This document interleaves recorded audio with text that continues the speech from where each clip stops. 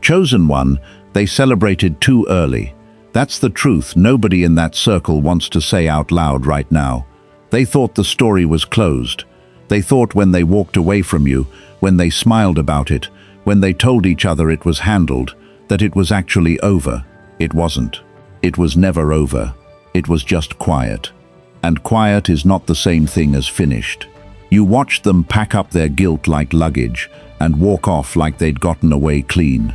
You watched them laugh a little too easily, relax a little too fast, act like betraying you cost them nothing. That's what makes this moment so satisfying, because right now, somewhere out there, the bill is arriving, and it has every single one of their names on it. They thought silence meant forgiveness. They thought your calm meant you'd let it go. They mistook your peace for permission to keep living exactly the way they wanted, without ever answering for what they did to you. That was their first mistake. Betrayal doesn't disappear just because the person it happened to stopped talking about it. It sits. It waits. It compounds, like interest on a debt nobody's paying down. And chosen one, that debt is about to come due, all at once, in front of everyone who ever clapped for them. You didn't do anything to cause what's coming. That's the part they'll never be able to explain to themselves. You didn't plot. You didn't scheme. You didn't spend your nights thinking of ways to make them suffer. You just kept living, kept building, kept staying decent in a world that gave you every reason not to be. And that decency, that refusal to become as small and cruel as they were, that's exactly what set this whole thing in motion. Karma doesn't need your help. It just needs your patience. And you've already given it more patience than most people could survive. Before we go further, hit like and subscribe.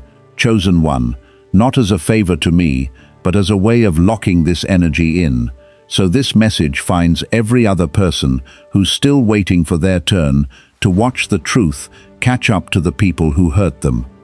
Now let's get into exactly what's coming for them and why none of them are ready for it. Here's what they don't understand yet. What's coming isn't one moment. It isn't a single dramatic collapse they can survive and move past. It's a sequence.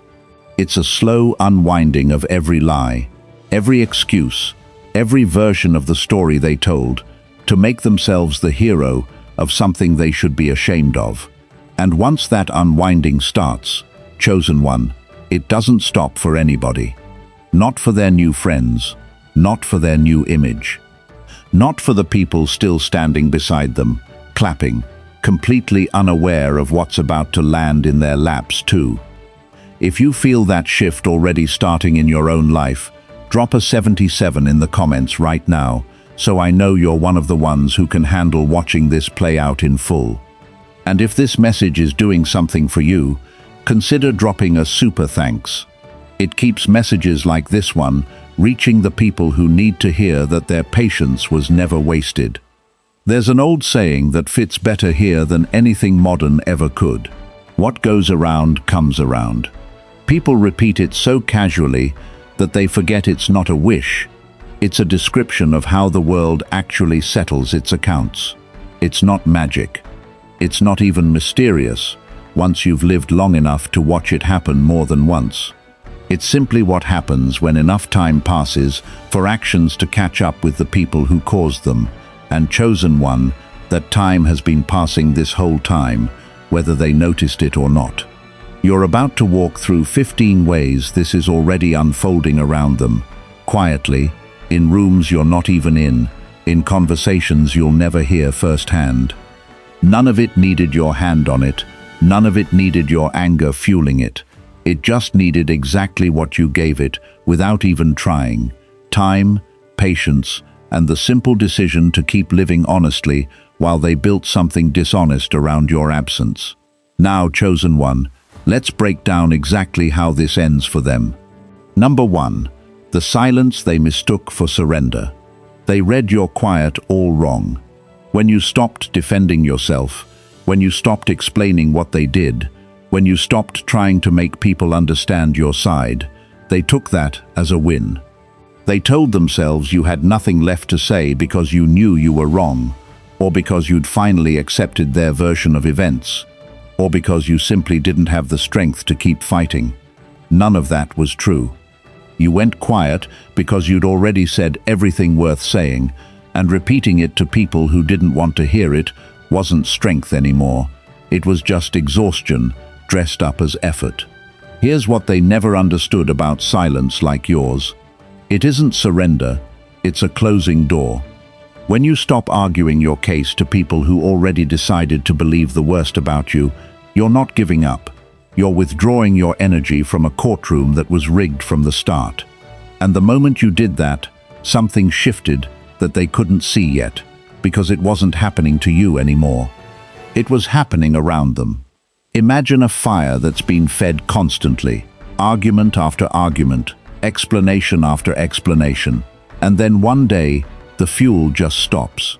The fire doesn't roar anymore. It doesn't need to. It just sits there, low and steady, and everyone forgets it's still burning.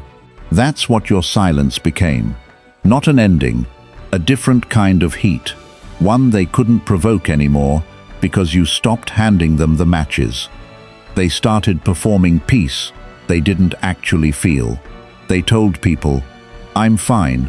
Honestly, it's all behind me now." They said, "No hard feelings, life's too short." But peace that has to be announced that loudly usually isn't peace at all. It's a cover. And covers like that only hold up as long as nobody looks too closely. You know what's coming for them now, chosen one. Somebody is about to look closely. You might ask yourself why it took this long. Why didn't the truth come out the moment it happened? Why did they get to enjoy months, maybe years, of acting like nothing happened? Because truth doesn't rush. It waits for the story to be told enough times, believed enough times, built high enough that when it falls, everyone sees it fall. Your silence wasn't absence. It was the exact amount of space required for their whole performance to stand on its own weight, unsupported, until it couldn't anymore. Think of it like a tightrope walker who's never actually learned to balance, only ever performed for an audience too far away to notice the wobble. From a distance, it looks flawless. Up close, every step is a negotiation with gravity they've been winning purely on luck. Your absence was the distance, and distance, chosen one, is running out for them. You might wonder why they never once stopped to ask themselves what your silence actually meant. That's simple. People who benefit from a story rarely question it. Questioning it would have meant admitting something uncomfortable, and comfort was always more important to them than honesty. So they filled the silence with whatever version served them best, told it enough times that it started to feel true even to them, and moved forward assuming the case was closed. It never was. It was just adjourned, waiting for the right evidence to walk back into the room. There's a quote that's been repeated so many times, it's almost lost its weight, but it hasn't lost its truth. Silence is a source of great strength, not weakness, not defeat. Strength that doesn't need to explain itself to be real, strength that doesn't require an audience to keep existing. They mistook that strength for absence because they'd never had to develop it themselves. People who've never had to hold their tongue through injustice don't recognize what it looks like when someone else does it flawlessly. Number 2. The circle that's already turning on itself. Here's something they never planned for. The people who helped them betray you, the ones who nodded along, who repeated the story, who chose sides without ever hearing yours, they weren't loyal to each other. They were loyal to convenience, and convenience has a short memory. The same circle that closed around them to celebrate what they did to you is already starting to crack from the inside. Because loyalty built on cruelty towards someone else was never going to hold once the cruelty had nowhere left to point. Think about what that circle actually was. It wasn't friendship. It was a temporary alliance built entirely around agreeing that you were the problem. And alliances like that only survive as long as there's a common target to aim at. The second you stopped being an easy target, the second your name stopped being useful to bond over, that circle needed something new to talk about. And chosen one, you already know what people who bond over tearing someone else down eventually do to each other. Imagine a group standing on a single plank stretched across a gap, all of them cheering because they pushed someone else off first. What they don't realize is the plank was never built to hold all of them either. Someone's about to fall next. And this time, there's no one left underneath to blame for it. Whispers are already starting inside that circle. Someone said, "Honestly, I never fully agreed with how we handled that." Someone else remembers the story differently now that it's inconvenient to remember it the old way. Someone's starting to wonder out loud whether what they did to you was actually fair, not because they suddenly grew a conscience, but because they can feel the ground shifting and they want to be on the right side of it before it's too late. That's the part they never accounted for, chosen one. Betrayal doesn't create unity. It creates debt between the people who did it. Debt they'll eventually try to collect from each other. Picture a group of people who robbed the same house together, standing outside afterward, each one quietly calculating whether the others can be trusted to keep their mouths shut. That paranoia doesn't fade, it grows, because none of them actually trust each other. They only trusted the target they had in common. And you don't have to say a single word for that collection to begin. You just have to keep living your life while their alliance quietly starts eating itself alive. Ask yourself what actually held that circle together in the first place. It wasn't shared history. It wasn't genuine care. It was a group agreement that turning on you was acceptable. And agreements like that are only as strong as everyone's willingness to keep repeating the lie. The moment one person in that circle starts privately doubting the story, the whole structure weakens, because unity built on a lie only survives while everyone commits to it at the exact same level. And people rarely commit to anything at the exact same level for very long. Number 3, the debts coming due.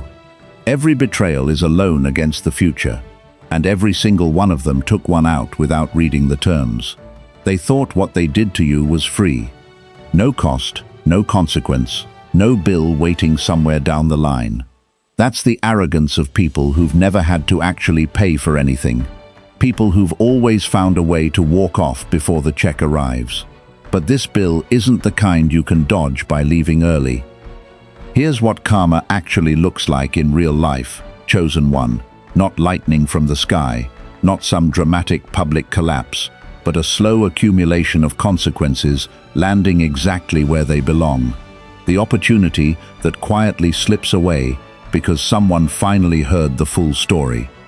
The trust that doesn't come as easily anymore because word travels, even when nobody expected it to. The relationship that cracks because somebody finally asked the question they'd been avoiding for a long time. None of it needs your involvement. It just needs time, and time is the one thing you've never stopped having. Picture a spreadsheet nobody can see, tracking every choice they made when they thought no one was counting. Every lie added a line. Every moment they chose comfort over honesty added another. And now, quietly, without ceremony, the totals are starting to show up in their life in ways they can't trace back to a single cause. But you and I both know exactly where they're coming from. They spent years assuming the debt column was empty because nothing bad had happened yet. That's the most common mistake people make right before consequences arrive.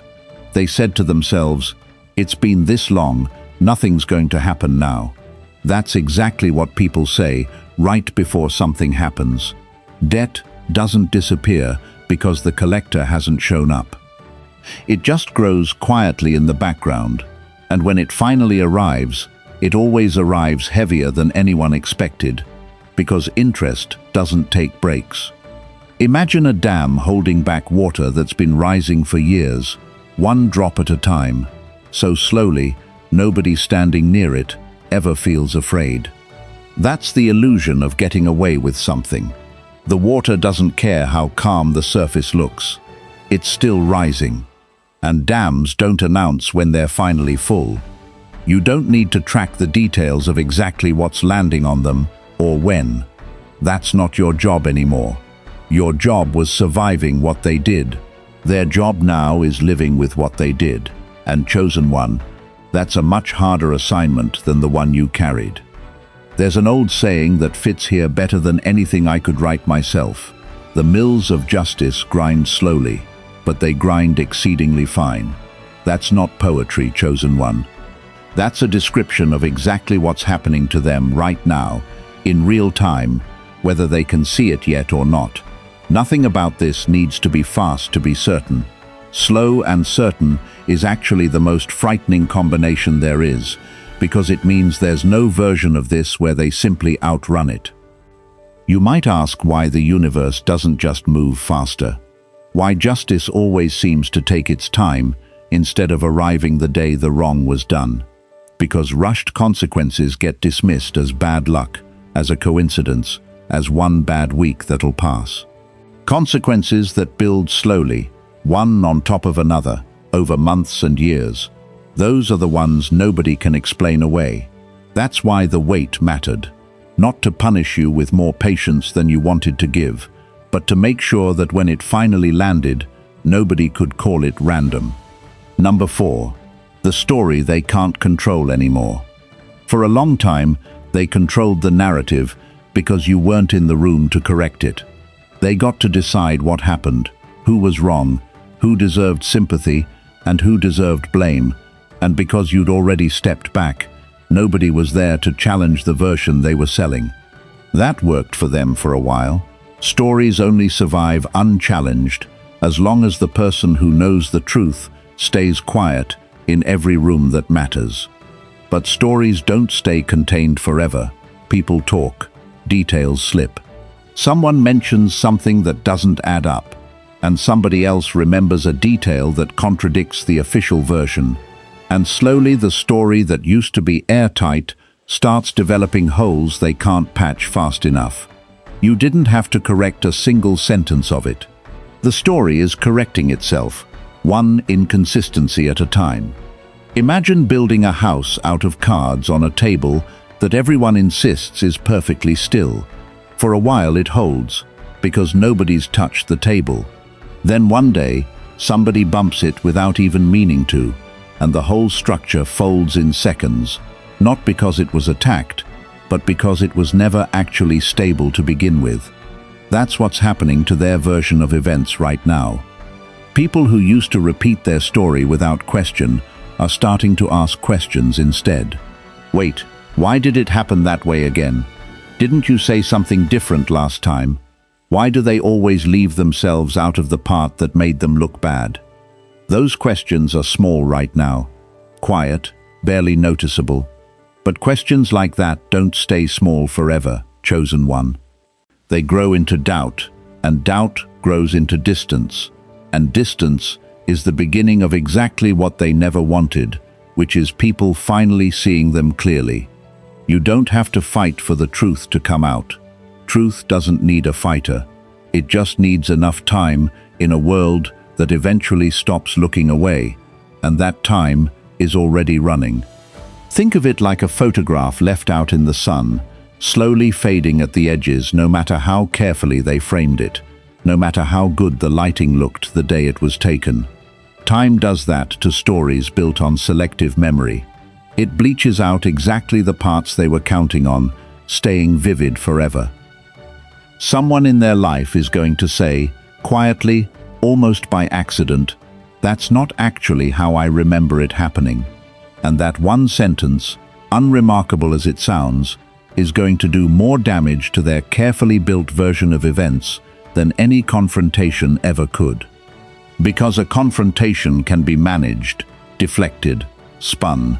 A quiet contradiction from someone who has no reason to lie can't be managed at all. It just sits there in the room, undeniable, doing exactly what the truth always eventually does. Number 5. The applause that turned to silence. They loved the applause they got when they turned on you. People sided with them fast, a little too fast. The kind of fast that comes from people who never actually wanted the full story, only the version that let them pick a side without any effort. That applause felt like proof to them. Proof they'd made the right choice. Proof you were the problem all along. But applause built on a one-sided story is the weakest kind there is, because it only survives as long as nobody hears the other side. That applause is already getting quieter, not because anyone announced anything, not because there was a dramatic reveal, just because time passed and people started noticing things on their own, small things, inconsistencies in behavior, patterns that didn't match the story they were told, and slowly the enthusiasm that used to greet them everywhere started cooling into something more careful, more hesitant, more watchful. Picture a room full of people clapping for a performance, completely unaware the curtain is starting to slip. At first, nobody notices. The clapping continues out of habit more than belief. But the moment the curtain slips far enough for even one person to see behind it, the clapping doesn't stop all at once. It thins out, person by person, until the room that used to roar for them goes quiet enough that they can hear their own breathing. That's the sound they're going to have to get used to, chosen one. Not confrontation, not accusation. Just silence where there used to be support. Distance where there used to be closeness. Hesitation where there used to be certainty. Someone who used to say, "I've got your back no matter what," starts saying, "Let me stay out of this one." That shift in language is the applause dying in real time. Nothing rattles someone who built their comfort on being liked more than watching that comfort quietly withdraw itself. You never needed the applause to know the truth about what happened.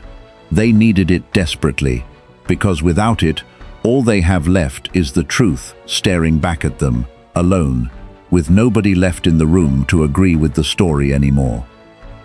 Think about what it must feel like to build your entire sense of self around being believed by a crowd, and then to watch that crowd start filing out one at a time, quietly, without ever telling you exactly why. No confrontation to push against, no accusation to defend. Just empty seats where support used to be, and no way to ask anyone to come back without admitting there was ever a reason for them to leave in the first place. Chosen one, before we go further into exactly how this finishes for them, drop a 77 in the comments if you can already feel this shift happening somewhere in your own life. And if this message means something to you, a super thanks helps keep this mission reaching the people who are still waiting for their own reckoning to arrive. Now let's keep going, because what's coming next is where it stops being quiet. Number 6. The cracks in their performance. Every performance needs an audience that believes it, and for a long time, theirs did.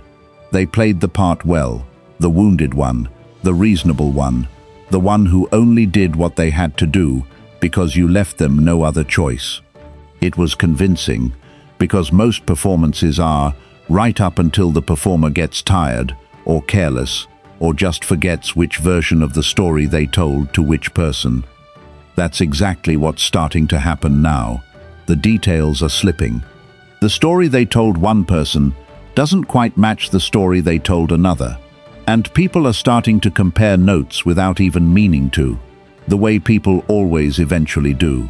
A performance built on managing multiple versions of the truth requires constant maintenance, and maintenance like that gets harder the longer it has to hold, not easier. Imagine an actor forgetting their own script halfway through a scene, pausing just a second too long, stumbling over a line that used to come easy. The audience doesn't need an explanation to notice something's wrong. They just feel it, that small hesitation, that flicker of uncertainty, and once an audience starts feeling that, they start watching differently. They stop being an audience and start being witnesses. That's what's happening to the people watching them now. They're not cheering blindly anymore. They're watching, carefully, noticing the pauses, noticing the inconsistencies, noticing the way certain questions make them uncomfortable in ways they never used to be. Someone in that circle is already thinking, why do they flinch every time this topic comes up if there's nothing to hide?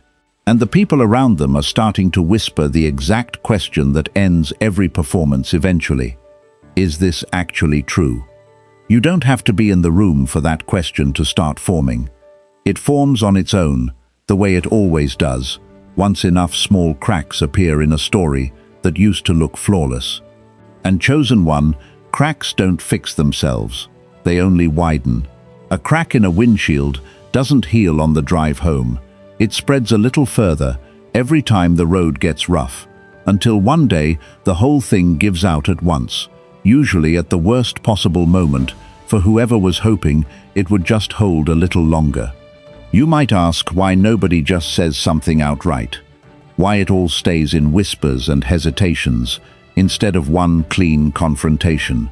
Because most people don't want to be the one who breaks the illusion first. They'd rather quietly step back and let someone else say it out loud. That's exactly why performances like this one don't end with a bang. They end with a slow, collective withdrawal, everyone waiting for someone else to go first, until eventually nobody's watching the show at all anymore. There's a reason con artists eventually get caught, even when they're careful, even when they're good at what they do. It's not usually one big mistake. It's the accumulation of 100 tiny inconsistencies that nobody notices individually, but that everybody feels collectively. A performance requires perfect memory across every single audience member it was performed for, and no performer, no matter how skilled, keeps that memory perfectly straight forever. Number 7. Everything they built on your pain is sinking. Whatever they built after they betrayed you, whatever new version of themselves they constructed out of your silence and your absence, none of it was built on solid ground. It couldn't be. You can't build something lasting out of a lie, no matter how convincing it looks in the beginning. Foundations made of dishonesty hold for a while, sometimes even years, but they were never designed to hold forever, and forever is exactly what they were counting on. Watch what's starting to happen to the things they were proudest of. The reputation that felt untouchable is developing quiet doubts around the edges. The relationships that felt secure are starting to show hesitation nobody can quite explain. None of it looks dramatic from the outside yet. It just looks like things aren't landing the way they used to. Opportunities feeling a little farther away. Trust taking a little longer to earn. Doors that used to open instantly, now needing a second knock. Picture a house built fast on ground that was never properly tested, looking beautiful from the street, fully furnished, fully lived in, right up until the first real storm reveals what the foundation actually was. Nobody sees the crack forming underneath until the walls start to lean. That's exactly what's happening to everything they built in the space where you used to stand. They thought erasing you from the story meant the story would hold. What they never understood is that you weren't the weak point in the structure. You were one of the only honest parts of it. And now that you're gone from their narrative, everything they built without honesty is starting to show exactly how unstable it always was. Ask yourself this, chosen one. How long can something stand once the one honest beam holding it up has been pulled out on purpose? You don't need to watch it happen closely. You'll feel it eventually, the way people always feel these things, second-hand, through mutual connections, through changes in tone, through the slow unraveling of something that used to look so certain. It's already sinking, chosen one. It's just sinking quietly, the way most true collapses do. There's a version of this they never planned for, where the very thing they built to replace you, the new image, the new circle, the new comfortable version of their life, ends up being the exact thing that exposes them. Because the bigger something gets, the more people are watching it, and the more people watching, the more likely someone eventually asks the one question that matters. How exactly did all of this get built? And that question doesn't have an answer that survives close inspection. Number 8. The people who used to hide them are stepping back. For a while, they had cover. People who vouched for them without asking too many questions. People who accepted their version of the story because challenging it felt like too much effort. People who stood beside them, not out of deep loyalty, but out of simple convenience. That cover felt permanent to them. It wasn't. Cover like that only lasts as long as standing beside them doesn't cost anything. Now it's starting to cost something. As the questions grow, as the inconsistencies pile up, the people who used to defend them without hesitation are starting to hesitate. Not because they suddenly discovered the full truth, but because defending someone whose story keeps shifting starts to feel risky. And most people aren't willing to risk their own reputation propping up someone else's collapsing one. Imagine someone standing under an umbrella they didn't build, only realizing how thin the fabric is once the storm actually arrives. They thought they were protected. They find out fast they were just standing near someone who was about to get soaked. And nobody wants to stay that close once the rain actually starts falling. You're going to watch, quietly from a distance, as the very people who used to speak up loudest on their behalf start going quiet, start creating distance, start making sure their own name isn't too closely tied to a story that's starting to look worse the longer people examine it. Someone who used to say, "I'll vouch for them any day," is now saying, "I don't really know the full situation, honestly." That's not loyalty breaking. That was never loyalty. That was self-interest wearing loyalty's clothes, and self-interest always protects itself first. They're about to learn what you already know, chosen one. When you actually did something wrong, the people around you eventually feel the weight of standing too close to it, and one by one, they start finding reasons to step back. Watch for the phrase that always comes right before someone quietly disappears from a person's corner. "I don't want to get in the middle of it." That sentence sounds neutral. It isn't. It's the sound of someone realizing that standing beside a shaky story has become a liability instead of a comfort, and choosing themselves over the person they used to defend without a second thought. Number 9. The apology that came too late. There's a version of this story where they apologize, where they finally admit what they did, where they try to make it right before it's too late. That version might still happen, but chosen one, understand something important. An apology that only shows up once the consequences start arriving isn't remorse, it's damage control. And the difference between the two is something you'll be able to feel instantly, even if nobody else around you can. Real remorse doesn't wait for consequences to force it out. It shows up in the quiet, in the moment nobody's watching, when there's nothing to gain from saying sorry except peace of mind. What's coming from them, if it comes at all, is going to arrive right when their reputation needs saving, right when people start asking harder questions, right when staying silent stops being convenient anymore. That timing tells you everything. Picture someone running toward a burning building, not to put out the fire, but to be seen trying, so that when people ask what they did when everything fell apart, they have an answer ready. That's the difference between real accountability and performance. One happens because it's right. The other happens because it's necessary for survival. You don't owe forgiveness to an apology that only exists because the truth finally caught up. You're allowed to notice the timing. You're allowed to notice that it arrived exactly when it became useful to them, not a moment before. That doesn't make you bitter, chosen one. That makes you paying attention.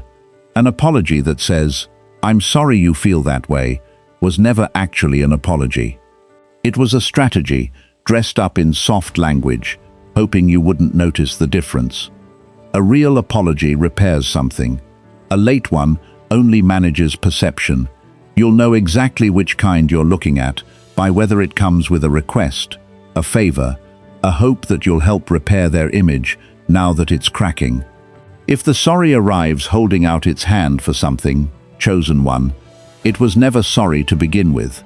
It was strategy wearing sorry's face, and you've already learned how to tell the difference. There's a phrase worth remembering here. Actions delayed by convenience were never really about conscience. If they wanted to make it right, they had every single day since it happened to do exactly that, quietly, without an audience, without needing the timing to line up with anything except doing the right thing. They didn't. And the day they finally reach out, chosen one, you'll be able to trace the timing back to exactly what forced their hand, and it won't be guilt. Whatever comes next from them, whether it's an apology or another excuse dressed up as one, you already know the difference between someone who's sorry for what they did and someone who's sorry they got caught. And that knowing is enough. You don't need their words anymore. You already lived through the part where their actions spoke loud enough. Number 10. The doors they closed are closing on them. They closed doors on you without a second thought. Cut you out of rooms, out of conversations, out of opportunities, and told themselves it didn't matter because it wasn't their problem to solve. What they never understood is that the way you treat access when you have power over it always comes back around, because the universe has a strange sense of balance that doesn't miss details like that. Watch closely, because this is where it gets quiet and precise.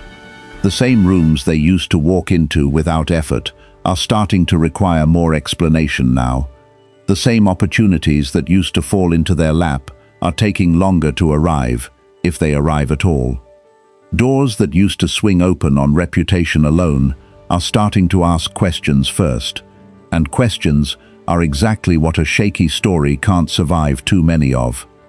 Imagine someone who spent years locking doors behind them, assuming they'd never need to walk back through any of them, only to find themselves standing outside one, needing entry, and discovering the lock they installed doesn't recognize them the way it used to. That's the strange justice of closed doors. They rarely stay one-directional forever. You don't have to close a single door yourself. You never needed to be that person, and you're not that person now. The universe handles doors on its own timeline, and right now, it's quietly closing the exact ones they thought they'd secured for good, one by one, in rooms they don't even realize are shrinking around them yet. Somewhere, someone is already saying, "Let's hold off on bringing them into this one," and they won't even know that sentence was ever spoken.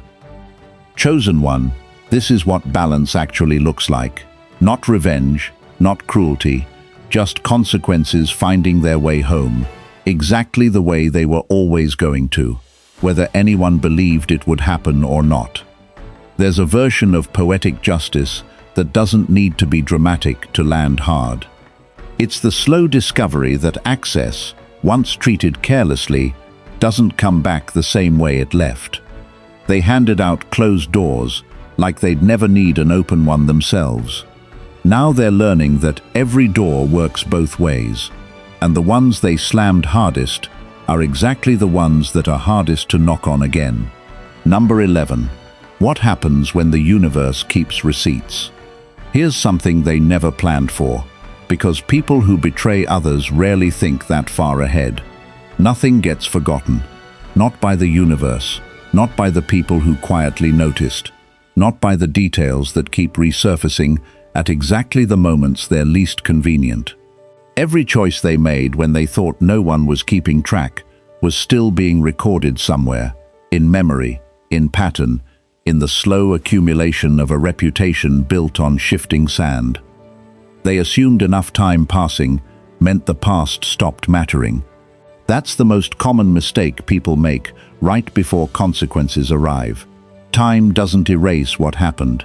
It just gives it room to resurface in a different context, usually at the exact moment they've grown comfortable enough to stop worrying about it. Picture a vault nobody remembers building, sitting quietly for years, until one day someone finds the key and opens it, and everything inside is exactly as it was left, untouched, unchanged, still holding every detail they thought had disappeared with time. That's what memory does when it's attached to real hurt. It waits. It doesn't fade the way convenient forgetting does. Somewhere, someone remembers exactly what they did to you, in detail, without exaggeration, because it mattered enough to remember. Maybe it's someone who watched quietly and never said a word at the time. Maybe it's someone who only fully understood what happened much later, once they had the full picture. Either way, that memory doesn't need a reason to surface. It just needs the right moment, the right conversation, the right question asked at the right time. And chosen one, those moments are already lining up. You don't have to be the one holding the receipts. You were never meant to carry that weight. The universe keeps better records than any person could, and it's not in the business of losing them. There's a reason old proverbs about truth outliving lies have survived for generations across every culture that's ever told them. Not because they're comforting, because they're accurate. A lie moves fast in the beginning, faster than the truth ever can, because a lie doesn't have to check its facts before it spreads. But speed isn't the same as staying power, and a story with no foundation eventually runs out of road, usually right around the time everyone stops asking how it started and starts asking whether it was ever true. Number 12. The isolation they created is now theirs to carry. They wanted you isolated. They wanted you cut off, without support, without people in your corner. And for a while, that's exactly what it felt like. But isolation built by cruelty has a way of finding its way back to the people who designed it. Because trust that gets broken once doesn't just repair itself with new people. It gets more fragile every single time. Watch what's forming around them now, slowly, quietly. The people they thought would always be there are starting to keep a little distance. The closeness that used to feel automatic now takes more effort to maintain. They're starting to feel what isolation actually feels like, not because anyone's punishing them directly, but because trust, once someone's proven capable of breaking it, becomes something people extend more carefully every time after. Imagine building a wall around someone else, brick by brick, convinced it will keep you safe on the other side, only to realize years later that the wall was never protecting you. It was just slowly closing you in with the version of yourself that built it. That's what isolation built on betrayal eventually becomes, a structure that traps its architect just as completely as it was meant to trap someone else. You survived isolation with your integrity intact, chosen one. That's the part they'll never be able to replicate, because the isolation coming for them isn't built on innocence. It's built on the accumulated weight of every person who eventually noticed the pattern and chose distance over closeness. Ask yourself, how many people can genuinely say, "I trust them completely," about someone whose whole foundation was built on betraying somebody else? That kind of isolation doesn't heal quietly. It just sits there, the same way you had to sit with what they did to you. The cruelest part of this kind of isolation is that it arrives disguised as independence. They'll tell themselves they don't need anyone, that they're better off relying only on themselves, and for a while that story sounds strong. But there's a difference between choosing solitude and being slowly abandoned by people who quietly stopped trusting you. And deep down, they know exactly which one this is. Number 13. The moment they realize it's not over. There's a specific moment coming for them, chosen one, a moment they haven't experienced yet, and it's going to hit differently than anything before it. It's the moment they realize the consequences aren't a phase, aren't temporary, aren't something that fades if they just wait long enough. It's the moment they understand this isn't ending. It's only just beginning to show itself in full. Up until now, they've been able to explain away small setbacks as unrelated, coincidence, bad luck, timing. But there's a threshold where enough small things stacked together stop looking like coincidence and start looking like pattern, and once someone crosses that threshold, they can't unsee it anymore. That's the moment their story stops being deniable, even to themselves. Picture someone standing in a room, watching one light flicker and dismissing it, watching a second light flicker and dismissing that too, until the third light flickers and they finally understand it was never about the individual lights. It was the wiring the whole time, and the wiring doesn't fix itself just because they've decided not to look at it directly. That recognition is coming for them, whether they're ready or not, and chosen one, nobody is ever ready for that particular moment. It's the moment pride collapses into something closer to fear, the moment excuses stop working even in their own head, the moment they finally understand that what they did to you didn't disappear. It just waited. It's the moment they lie awake, replaying a version of that night when they thought getting away with it meant it was finished, and realizing for the first time that it was only just starting. You don't have to witness that moment to know it's coming. You already know how these things move. Slowly, quietly, and then all at once. Exactly the way it always happens to people who spent too long believing they were the exception. There's an old line that says, "What's done in the dark eventually comes to the light," and it's repeated so often that people forget it's not just a comforting phrase, it's a description of how consequences actually behave in the real world. Nothing stays buried simply because it was buried carefully. It just waits for the ground to shift, and the ground, chosen one, is already shifting under them. Number 14. Why you never had to lift a finger. Here's the part that should sit with you the longest. Chosen one, because it's the part that proves everything you already suspected. You didn't cause any of this. You didn't plan it. Didn't wish it into existence out of spite.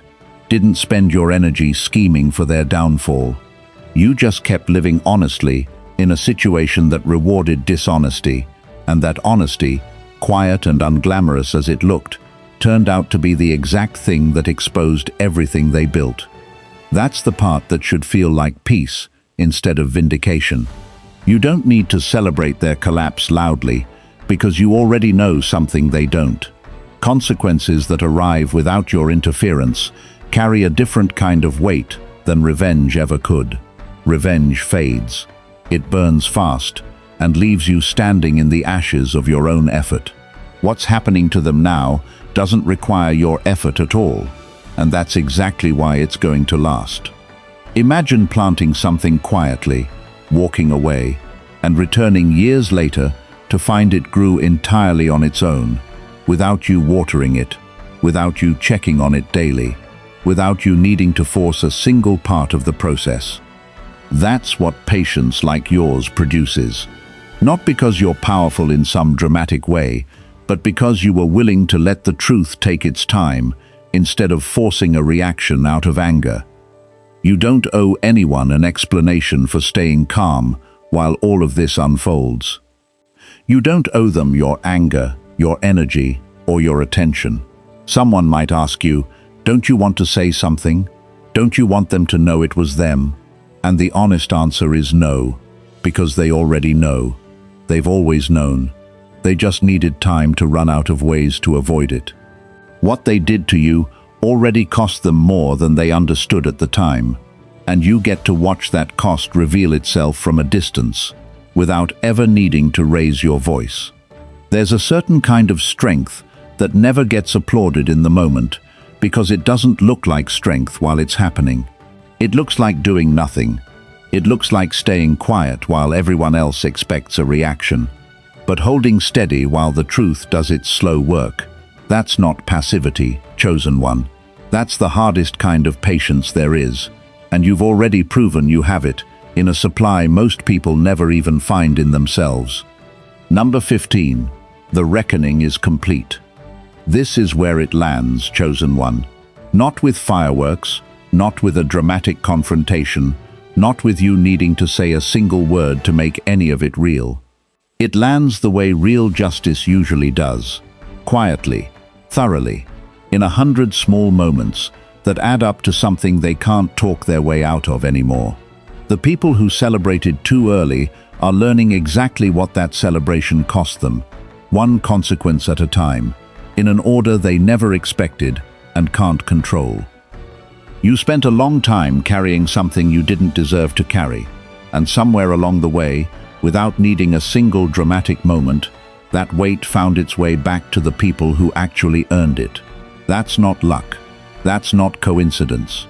That's what happens when someone stays honest long enough for the truth to finish the job on its own. You don't need closure shaped like an apology. You don't need them to admit what they did in front of everyone who once believed their version. You already have something better than that, chosen one.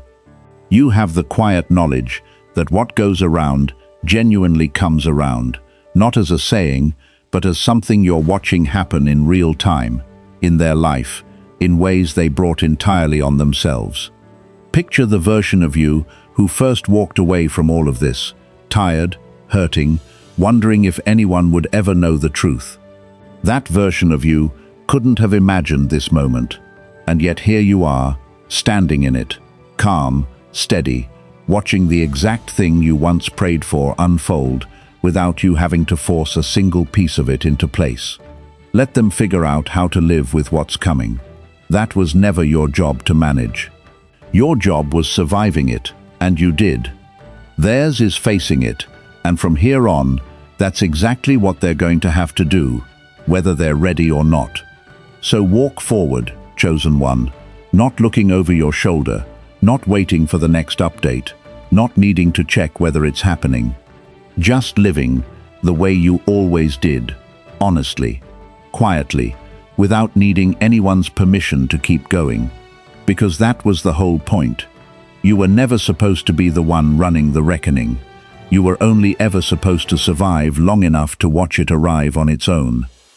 And when it's finally finished, when the last domino falls in a line you never had to set up yourself, you won't feel the need to celebrate the way they once celebrated over you. That's the difference between you and them, chosen one, and it always has been. They needed an audience to feel like they'd won something. You never did. You just needed the truth to have enough time, and time, as it turns out, was the one thing on your side the entire way through.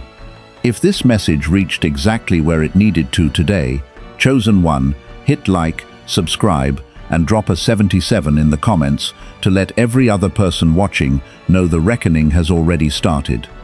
And if you want to help this mission keep reaching the people who are still waiting for their own turn, a super thanks means more than you know. Thanks for watching. We'll see you in the next one. Take care and goodbye.